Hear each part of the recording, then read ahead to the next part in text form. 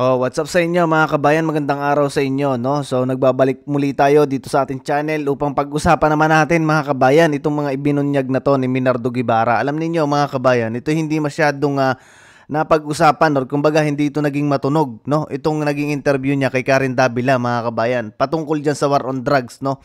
Ni PRRD, totoo ba talaga na maituturing nating crimes against humanity mga kabayan, yung war on drugs ni PRRD. At yan yung ating pag-uusapan mga kabayan. Syempre kung bago ka pa lang dito sa ating channel at di ka pa nakasubscribe, huwag mo kalimutang mag-subscribe at i-hit mo na rin yung notification bell, no? Kasi yung iba dito sa atin mga kabayan, ang iba sa atin nag-i-inbox, no? Sinasabi nila na bakit wala daw, hindi na daw nila ako nakikita at hindi na daw ako nag-upload ng video.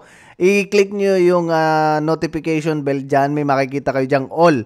No, nasa ganun mga kabayan, maging updated kayo sa mga video na inilalabas natin dito sa ating channel. So anyway mga kabayan, i-play muna natin to, no? Alam niyo paano nyo maituturing si PRRD na sasabihin niyo masamang tao, mamamatay tao, kung ano-ano pa mga kabayan na sinasabi nitong mga against kay PRRD.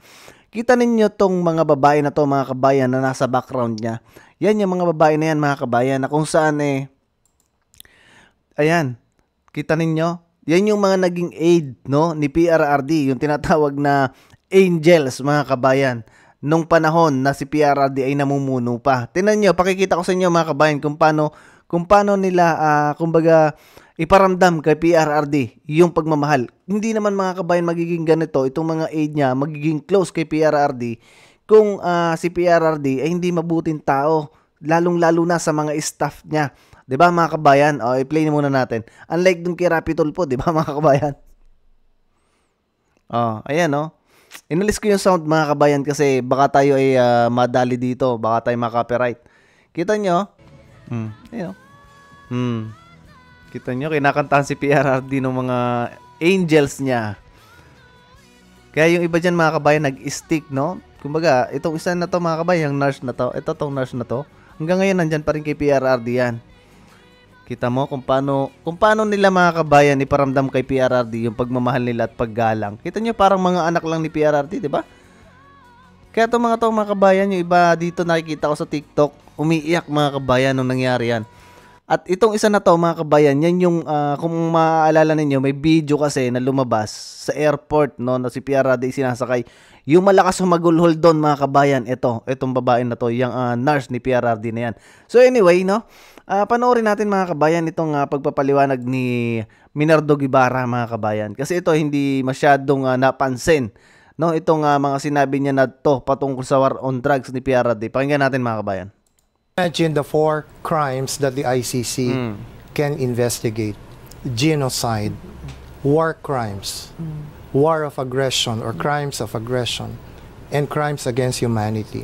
So, the magnitude of these offenses is so much that probably a local court will not be able to independently and efficiently handle such crimes. No? So, in our case, we are saying that the war on drugs does not even fall under any of those 4 categories. We do not consider the war on drugs as a crime against humanity because it's a legitimate law enforcement operation. It's called war on drugs. It's not a war on drug users or a war on drug pushers. No, it's a war against the crime itself. We're trying to address that situation. In the course of that campaign, however, many people died.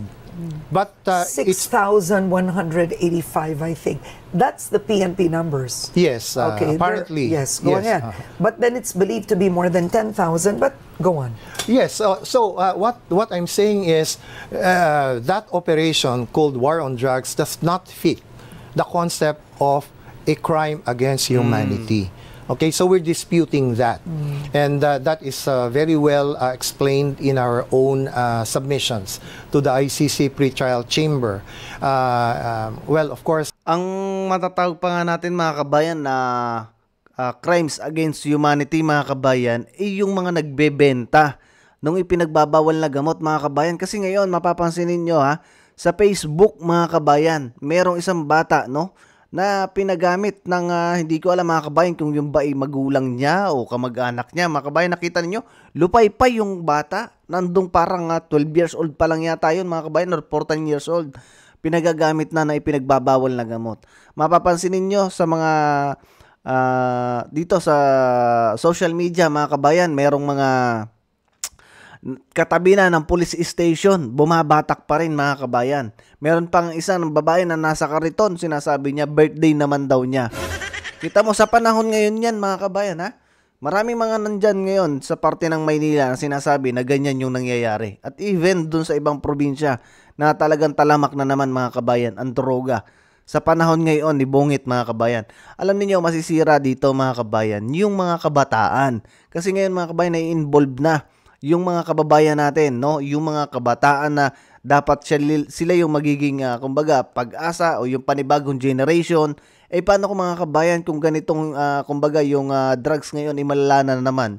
'Di ba? Paano na yung kinabukasan mga kabayan ng mga Pilipino kung yung mga kabataan natin lulong na diyan sa ipinagbabawal na gamot? 'Di ba? Ito yung hindi naiisip ng iba mga kabayan na sinasabi nila mamamatay tao si PRRD, na which is kita ninyo ang daming mga nagbagong buhay mga kabayan. Yung ibang sumuko, no? Doon sa tinatawag na tukhang mga kabayan, na nagparehab sila. Ngayon mga kabayan, matino na ang buhay. Yung iba, balik na naman, syempre. Wala na si PRRD at wala nang pangil ngayon mga kabayan na matatawag natin pagdating dito sa drugs na yan mga kabayan. Na alam naman natin na talagang sumisira. At lalo na mga kabayan, lalo kung yan ay protektado ng mga politiko. Kasi napakalaki daw mga kabayan ng pera dyan sa droga na yan. Somehow we mentioned it again in the appeals brief of the Philippine government. But that's our main point. So when this whole investigation about the war on drugs turned to be, from the president's point of view, something like there seems to be some political agenda involved in it, and the ICC seems to be somehow cooperating in that in one sense. The president thought it proper. Mag-withdraw na lang tayo dyan. Let's just withdraw. Okay, because it's not serving its purpose anymore. But do you believe the ICC has a political agenda? It's hard to say. Some people would say na it's rather obvious. So that is a possibility. I cannot really, speculate on what's going on in the minds of the justices of the ICC. So, tayo na lang ang mag-judge. Let's judge the ICC by their own actions. As a lawyer, I tend to, give credence and good faith to all that our courts and prosecutors are doing as a lawyer. But I'm not a political leader. Yeah. And therefore, my views regarding political motives would be irrelevant. So I leave that to the political leadership. And I wanted to ask you, I mean, just by speaking to you right now, because I've interviewed you many times on Head Start as Justice Secretary, just to lighten the moment a bit, is it difficult for you? I mean, given that you were Justice Secretary under the time of former President Duterte, where the war on drugs was actually implemented. So I remember all our interviews during that particular time, and you did issue strict statements on, frankly speaking, I remember abuse of enforcers. You said that on Head Start. Yes, there are abuses and you don't tolerate that. And Oo nga mga kabayan, no. Yun kasi isa pang problema, no, dito sa mga ayaw sa naging policy ni PRRD na kesyo daw si PRRD yung may kasalanan doon, na which ang mga marami tayo mga kabayang nabalitaan din, no, na talagang umabuse, no, sa pag-i-implement ng war on drugs, na kung saan mga kabayan, yun mga kabayan nakakulong na ngayon, lalong especially yung kay Kian na De Los Santos na pinapropaganda nitong mga sinasabing human rights mga kabayan. Yung mga pulis na yun nakakulong na, yung iba doon mga kabayan hanggang ngayon nakadetain, at yun mga kabayan na hindi binigyan ni PRRD ng pardon kasi nga hindi sila sumunod, no, doon sa naaayon sa batas. Kasi napakalinaw mga kabayan ng sinabi ni PRRD na lumabas kayo, magtrabaho kayo according with to the law, na implement yung war on drugs na yan, 'di ba? Ay yung iba kasi mga kabayan talaga ay umabuso. Kaya yung iba doon ay nakakulong hanggang ngayon, mga kabayan. At yun ay hindi nabigyan ng pardon. Kaya napaka-fake talaga, mga kabayan, no, sinasabi nila na si PRRD ang may kasalanan. Which is, totoo rin yung sinasabi ni PRRD na hindi mo pwedeng i-blame, no, or hindi mo pwedeng i-akusa dun sa yung kaso na yun, dun sa hindi naman ayun yung sinasabi niyang guilty is personal, 'di ba? So, kaya ganyan, mga kabayan. Ang pinalaki lang nitong mga human rights na to, yung issue na yan, at pati yung mga mainstream media katulad ng Rappler, 'di ba? Now you're wearing a different hat. No, I have always been consistent. When I explained or declared to the public that there were abuses committed during the war on drugs, not only in your program, but even before the UN Human Rights Council, I made that disclosure. Of course, I knew that it would probably upset some people in the government, but that's a fact. And I had to inform the public of the findings of the Department of Justice during my time. Yun ang nakita namin, so I had to report it. And the President... Ito pa yung maganda dito, mga kabayan, kay Minardo Guibarra, nung siya ay Chief Justice pa, no, nung panahon ni PRRD. Kasi, ito, mga kabayan, talaga ay nag-file, no, ng case, mga kabayan. At hindi niya tinolerate yung mga nagkasala, no, yung mga naging abuse, no, doon sa pag-i-implement ng war on drugs. Kaya yung mga yon, mga kabayan, nakakulong. Kita ninyo kung gaano katuwid to si Minardo Guibarra. Kaya siguro, ngayon, mga kabayan, hindi niya ipinagtanggol itong mga empleyado ng gobyerno, no, na itong si Torre, basta yung apat na yon, mga kabayan, na umaten sa Senate, 'di ba? Kaya dapat, mga kabayan, umalis na lang to si Minardo Guibarra dyan sa administrasyon ni Bungit kasi masisira yung kanyang reputation, sa totoo lang. The President himself also admits that there were abuses during the war on drugs. So, what am I doing now? As Solicitor General, I am telling the people that the government is now investigating those very people who we found to have abused the war on drugs. So I'm just saying that to the ICC, we're already doing it. You don't need to come in because we're already doing it. So there's no inconsistency between what I'm saying now as Solicitor General and what I said before as Justice Secretary. They're actually a continuation of each other.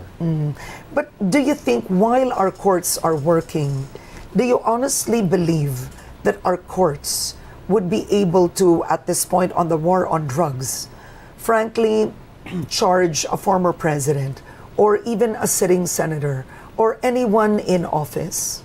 It depends on the evidence because an investigation will have to be done first. All right, and if the evidence shows some complicity on the part of the president, then the appropriate charges will have to be filed in court. So let's leave it at that. It all depends on the evidence. What evidence is there to show actual complicity or direct orders of the president for a law enforcement agent to commit a crime? So did his orders constitute a crime? So that is for the investigation to find out. But of course, we trust that if evidence is sufficient, the courts will not have second thoughts about trying a former president. We have seen that many times before. So, ayun, mga kabayan, sinungaling itong ating justice ngayon, mga kabayan, itong si Remulla, no? Na sinasabi niya, nung panahon ni PRRD, hindi gumagana ang court. 'Di ba? Now, which is, ito pala, no? Nag-i-investigate pala. Simula nung panahon ni PRRD pala, mga kabayan, nag-i-imbestiga na itong Chief Justice na si Minardo Guibarra na ngayon ay soldier ng administrasyon. Tapos, ang sasabihin ni DOJ, mga kabayan, ni Remulla, na hindi nagpapunction ang justice system natin nung panahon ni PRRD kasi daw walang mga evidence. 'Di ba? Paano nga nakakalap yung mga ICC, yung prosecutor ng ICC, 'di ba? So, kasi nungalingan talaga at totoo tayong niloloko, mga kabayan, nitong administrasyon na to ni Bungit. Kaya dapat, mga kabayan, no, wag niyong kakalimutan itong lineup natin. Ito, mga kabayan, ay 10 na, no? Kasama diyan si Dr. Mata. Wag niyong kakalimutan, mga kabayan, kasi ito mga to ngayon, mga kabayan, ay walang head, no, na nagmamaniobra ngayon sa kanilang kandidato. Madalas sa kanila, mga kabayan, ay nagla-live na lang, no? Kasi nga, syempre, kulang sa pondo mga kabayan. Hindi ganon karami ang pondo nila sa pangangampanya. But anyway mga kabayan, tayo yung kumbaga magkusa na, suportahan natin itong mga to kasi alam naman natin mga kabayan na yung mga yan masasabi natin na merong sinabi. Yung iba dyan mga kabayan mga magaganda nang nagawa sa ating bayan. So anyway mga kabayan, hanggang dito na lang yung ating video. Dito na natin tatapusin. Huwag nyo kalimutang mag-like, mag-share at magbigay kayo ng inyong opinion mga kabayan dito sa ating napag-usapan na to patungkol sa mga ibinunyag na to ni Soljen Guevara na kung saan ay patungkol dyan sa war on drugs ni PRRD. At sa totoo lang mga kabayan, talagang mas okay nung panahon ni PRRD na siya ang namumuno kasi ang tao nagkaroon ng disiplina at takot, no? Lalo na yung mga kriminal na nagkalat sa lansangan. So anyway mga kabayan, see you sa susunod na video. Adios muna mga kabayan, ingat kayo palagi at dumalo tayo mga kabayan sa birthday celebration ni PRRD ngayon darating na 28.